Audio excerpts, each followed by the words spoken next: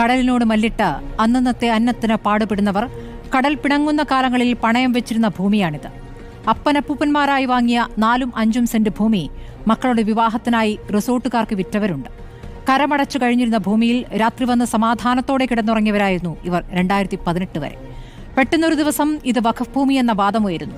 കരഞ്ഞും പറഞ്ഞും നാളുകൾ കഴിഞ്ഞു.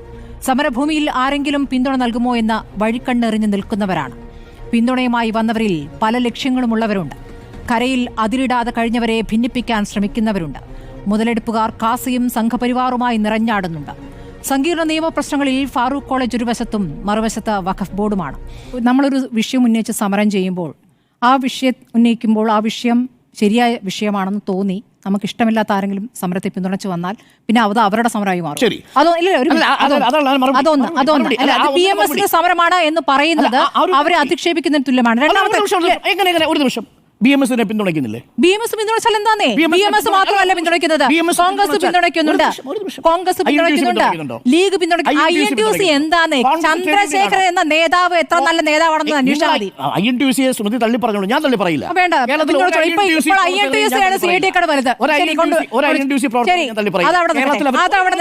INTUCയും CITയും കേരളത്തിലെ തൊഴിലാളി വർഗങ്ങൾക്കിടയിൽ അവർ ഇപ്പോഴും വളരെ ആത്മാർത്ഥമായി പ്രവർത്തിക്കുന്ന വിശ്വാസതയുള്ള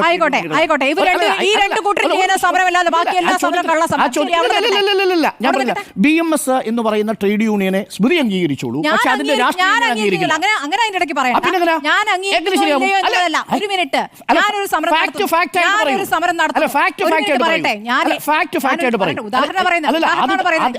സമരം നടത്തുന്നു.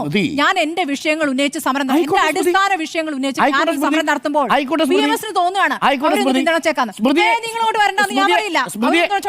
അതിരിടാതെ കഴിഞ്ഞവരെ ഭിന്നിപ്പിക്കാൻ ശ്രമിക്കുന്നവരുണ്ട്. മുതലെടുപ്പുകാർ കാസിയും സംഘപരിവാറുമായി നിറഞ്ഞാടുന്നുണ്ട്. ഒരു സമരം നടത്തുന്നു.